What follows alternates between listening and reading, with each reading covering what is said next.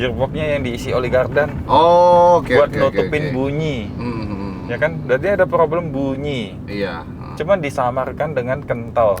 Jangan pernah untuk transfer dulu. Jangan pernah. Iya. Mbak Pau. Oh, Itu. cewek. Loh.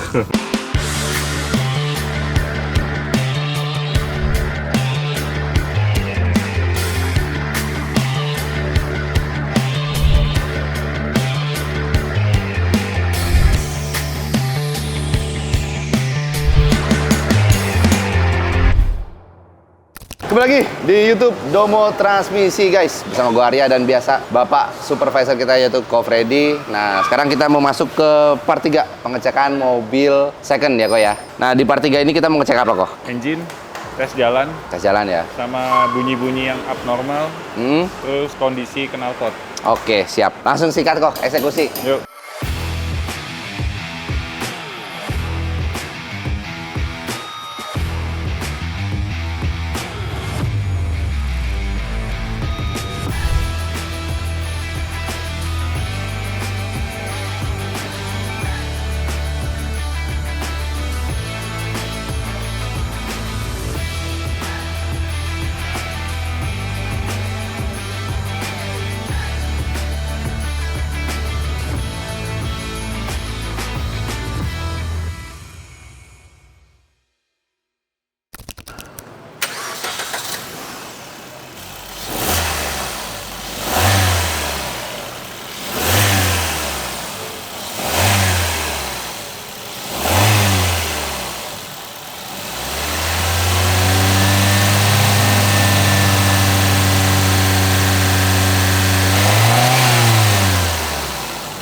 Oke, nggak ada bunyi aneh. Iya nggak ada bunyi aneh-aneh Ko. Sekarang knalpot, waktu digas ada keluar asap putih atau enggak. Kadang asap kan macam-macam. Ada asap yang agak kebiru-biruan, ada yang agak putih.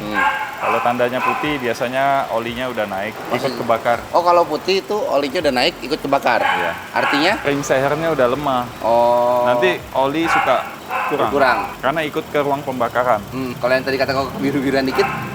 Itu biasanya bensinnya terlalu pekat, berarti ada masalah di pembakaran. Oh, nah berarti kalau bensinnya terlalu pekat, bau knalpotnya aneh ya? Ya. Nah kalau hitam, Sama nanti cek ada bunyi kebocoran apa enggak di knalpot. Karena Oke. biasa kalau knalpot bocor pun nanti ada bunyi kan.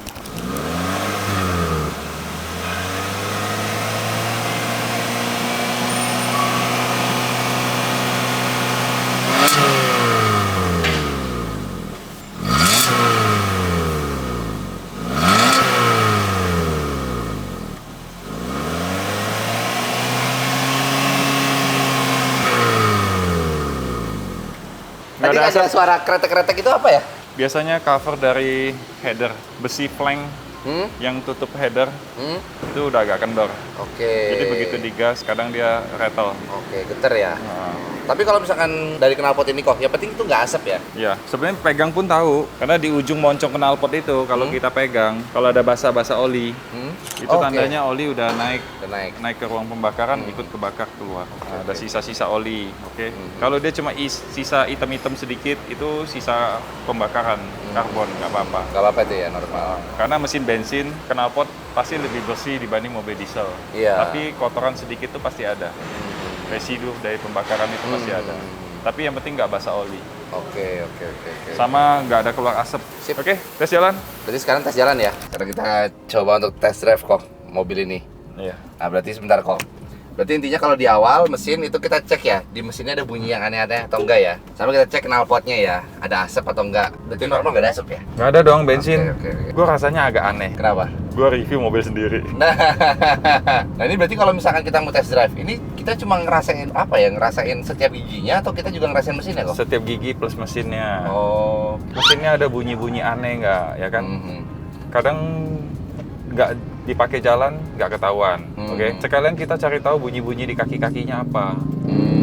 Makanya itu kudu perlu dites jalan kalau beli mobil second ya kan.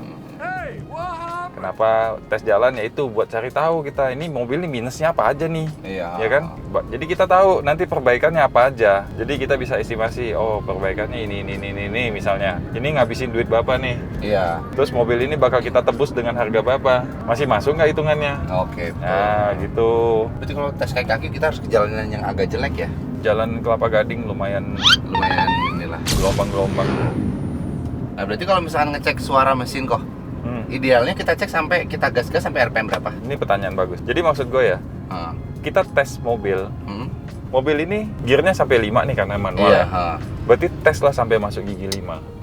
Kita mau lihat dia masuk gigi 5 ada masalah apa enggak. Kalau misalnya manual, dia ada masalah masuk gigi 5, tuasnya balik lagi mental. Nggak bisa masuk 5, mental lagi. Berarti ada masalah di synchromesh-nya. Oke? Berarti kan ini problem nih. Kalau kita nggak tes sampai gigi 5, kita nggak tahu. Iya, betul. Nah, makanya kita mesti tes semua giginya, 1, 2, 3, 4, 5, gigi mundur pun mesti kita tes. Nggak ada salahnya. Iya, Kita mau beli mobil loh. Bukan beli gorengan ya. Iya. Tes aja ya kan, tes semua, jari pelan, agak kenceng ya kan. Coba mobil ditarik sedikit, respon atau enggak ya kan. Itu salah satu bentuk contoh. Nah, sekalian kita cari tahu bunyi-bunyi di sekitar kaki-kaki, ada abnormal noise nggak? Oke, bisa jadi bearingnya kena ya kan, kaki-kaki apa yang rusak. Oke, kadang kita kalau lihat fisik, oke, kita nggak ketahuan. Kalau kita nggak tes jalan. Iya, pas tes jalan baru ketahuan ada bunyi kah atau ada apa masalah kayak misalkan mesinnya kurang responsif ya kan, agak berat. Kadang ya ada pemilik mobil ya, dia bingung loh, mobil ini ada bunyi tapi nggak ketemu masalahnya di mana. Tapi kadang cuma sepele, gantungan knalpot, karet gantungannya udah copot misalnya atau patah atau apa. Jadi begitu dia lagi gas, kadang ada bunyi besi ngadu gitu, tapi nggak ketemu. Nah kan kayak gitu, kalau kita nggak tes kita nggak tahu kan ada bunyi apa. Kalau kita tes kan kita jadi tahu. Kalau Matic pun ya kita mesti tes dari misalnya dia mobil 4 speed ya tes sampai speed keempat kan, masuk top gearnya gitu. Lihat ada kendala apa enggak. Kalau manual ya kita tes koplingnya masih bagus atau enggak ya kan. Nah berarti kalau beli mobil second kita geber-geber dikit mobilnya nggak apa-apa lah ya, kan buat ngecek mesin sama. Ya nggak apa-apa. Nggak apa-apa ya. Tapi kan kita biasa ditemenin sama yang punya mobil juga. Iya. Ya nggak apa-apa kan, kita minta izin dulu. Namanya kita mau beli sesuatu loh, dan itu bentuknya mobil. Apalagi mobil yang misalnya harganya nggak murah. Nggak murah ya kan. Iya. Apa iya kita mau asal-asalan beli? Betul. Nah, ini udah ketemu nih jalan-jalan Kelapa Gading yang nggak rata nih. Aman sih, ini nggak ada bunyi. Iyalah, review mobil sendiri. Nah. Ya ini contoh aja ya. Iya. Video ini kan kita cuma contoh, jadi maksudnya supaya teman-teman bisa ada panduan kalau mau ngecek mobil tuh sampai sedetail apa sih, ya kan? Kalau gue yang dulu pernah main mobil bekas, itu biasanya unit-unit yang gue beli itu selalu nggak ngecewain gue. Karena apa? Gue udah seleksi dulu di awal gitu. Itu pun biasanya ada minor-minor sedikit, wajar lah, namanya mobil dipakai. Juga mobil. Mobil dipakai ada minor masalah sedikit, itu wajar. Berarti kok di mesin ini kalau misalkan pengen ngecek agak hasil pengecekannya bagus lah ya. Ibaratnya kayak kita bisa tahu, oh ini mobil kira-kira mesinnya nih kayak stabil nih, nggak goyang atau mesinnya nggak ngelitik. Itu butuh experience juga berarti ya. Ya kan? Nggak bisa kan? Kalau yang belum nggak biasa ngecek mobil, kita ngecek mesin itu susah loh, ya kan? Ya makanya itulah dibuat video ini. Jadi paling nggak kan teman-teman punya sedikit gambaran nih. Mau ceknya apa aja, mau cek dari mana, eksterior udah, interior udah. Nah sekarang tes jalan kan, biar kita tahu engine-nya gimana sih, masih respon apa enggak. Tadi kan sempat kita singgung juga masalah average BBM. Oh iya betul. Ya kan, mobil ini dengan cc 1,4, ini average-nya biasanya itu 1:13 dalam kota. Apalagi ini kan manual nih, 13 harusnya bisa dapet. Nggak susah lah untuk dapetin 1:13. Nah, contoh mobil ini 1:14, sekian ini. Nah, berarti kan ini memang masih normal kondisinya. Mesin 1.4, bensinnya 1:8, kan ada yang sesuatu yang aneh. Ada salah pasti. Ya kita ambil contoh deh, yang waktu di Innova. Yang mana ya? Gearbox-nya yang diisi oli gardan. Oh, buat nutupin bunyi. Ya kan, berarti ada problem bunyi. Iya. Cuman disamarkan dengan kental. Ya oli kental. Dikasih oli kental, hancurlah gearbox-nya. Nggak bisa lah. Gearbox diisi oli gardan coy. Rungkat langsung. Mobil ini 9 tahun ya, 2015. Mobil ini 9 tahun, kilometernya 110.000. Ini belum pernah ganti kopling. Kampas rem aja baru kemarin ganti. Gara-gara kemarin waktu kita ambil video yang pertama ngecek itu disc brake ya. Disc brake-nya udah mulai ada baretan. Makanya ini mesti ganti ini kampas. Makanya kemarin langsung kita ganti kampas remnya. Tapi mobil manual cenderung memang kampas rem lebih awet ketimbang mobil Matic. Iya, soalnya Matic dikit-dikit ngerem. Banyak main rem. Main rem. Tergantung sih, kalau kita bawa manual, bawanya ngebut, otomatis semakin kencang, semakin remnya juga lebih banyak. Lebih kerjanya lebih ekstra ya kan. yang tinggal di daerah gunung, pegunungan, bukit segala macam juga itu pasti remnya kerjanya lebih pasti keras. lebih berat. Oke, begitu dia nanjak nggak begitu kepake remnya, tapi begitu turunan lebih banyak pakai remnya. Kerjanya pun lebih berat kan, karena dia mesti nahan bobot mobil nih. Iya. Halo guys. Kadang yang suka nggak ketahuan itu hal-hal kecil yang kayak misalnya pompa bensinnya udah mulai. Iya, itu yang susah ya itu ya. Nah itu udah itu susah. susah memang. Kadang waktu kita tes jalan pelan dia nggak gitu terasa, tapi begitu kita kecepatan tinggi kok mobil kayak ada kesendat-sendat. Logikanya begitu kecepatan tinggi otomatis suplai BBM juga semprotnya lebih banyak. Tergantung kita injek gas kan. Kalau Iya. kita injek gasnya banyak otomatis dia suplainya mesti banyak. Kalau itu misal pompanya udah agak lemah nanti ada problem dia.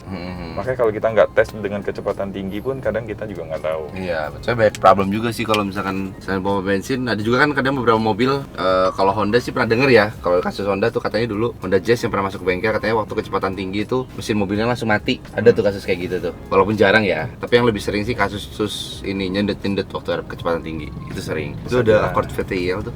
Nggak seksi ya. Kurang. Mbak Pau. Oh, Gitu. cewek. Loh. Gue pikir lu tunjukin jari Mbak Pau. Ternyata cewek. Oke, jadi kita ngecek mobil bekas ini sebagai panduan aja, ya kan? Mungkin nggak seprofesional kalau yang jasa inspeksi di luar sana gitu kan, Iya, ada banyak betul. sekarang ya. Jadi teman-teman kalau memang masih kesulitan atau minta lebih pede kalau pakai jasa inspeksi, silakan Iya, ya kan. lebih oke. Apa yang sudah di video ini yang udah kita sampaikan ya, bisa sedikit lah ada gambaran gitu Iya, kan. ada gambaran minimal. Untuk ngecek-ngecek. Habis kita ambil video ini, lu udah tahu kan kalau lu Iya. mau ngecek mobil. Harus apa aja nih udah ada gambaran nih. di Udah ada kepala gambaran nih. kan? Nah. Ya paling itulah ya untuk video ini ya. Mudah-mudahan ngebantu teman-teman. Memang nggak sempurna apa yang kita cek, tapi ini maksudnya ini hanya sebatas untuk mandiri aja. Jadi kalau teman-teman mau ngecek mandiri ya bisa dilakuin cara ini. Monggo, silahkan. Tapi kalau mau yang lebih profesional, ada hasil pengecekannya, ada scannernya segala macam, Iya. ada hasil pengecekan ya kan, itu bisa pakai jasa inspeksi. Iya. Sekarang ada banyak kan. Dan sebenarnya kalau misalkan pakai jasa inspeksi bisa jadi hasilnya lebih akurat karena kan dia dibantu dengan alat ya kan. Kalau misalnya pakai jasa, biasanya Hmm. mereka paham ini ada modus penipuan atau enggak. Karena Iya. hati-hati teman-teman kalau beli mobil itu Banyak. sekarang banyak modus-modus penipuan. Hmm. Nah, itu jadi mesti lebih hati-hati. Entah temu yang jual ataupun yang beli ya. Harga terlalu murah itu pun tanda tanya kadang. Iya. Oke. Yang pasti jangan pernah untuk transfer dulu, jangan pernah. Iya. Ketemuan, cocok, ada duit, ada barang, Iya. selesai. Ada surat-surat. Iya kan? Iya. Ini harga murah, jadi jangan sampai diambil sama orang lain terus kita DP dulu. Iya, itu bahaya itu. Hati-hati. Iya, oke. Hati-hati. Oke, itu aja sih pesan-pesannya.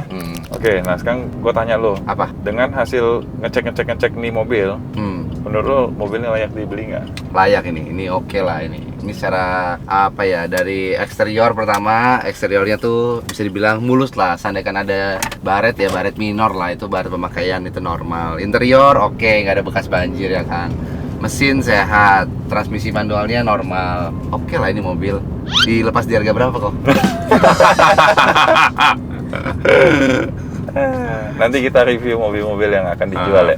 Ya cukup ya kok ya. Cukup lah. Nah, jadi buat teman-teman yang punya masalah mobil metik, langsung aja datang ke Domo Transmisi Pusat di Kelapa Gading, guys. Jadi yang tinggal di Jabodetabek langsung aja datang ke Kelapa Gading. Atau teman-teman yang tinggal di daerah dekat Bintaro bisa langsung datang ke Domo Bintaro karena di situ juga udah ada Domo Transmisi. Nah, terus yang tinggal di daerah sekitar Jawa Timur, Surabaya, langsung aja datang ke Domo Transmisi yang di Lontar. Dan next kita bakal buka di Bandung, Pade Larang. Nah, terus jangan lupa follow Instagram dan TikTok kita juga di Domo Transmisi. Udah, paling itu aja ya, Itu aja. Domo Transmisi, Dokter Metik. Dokternya Medik.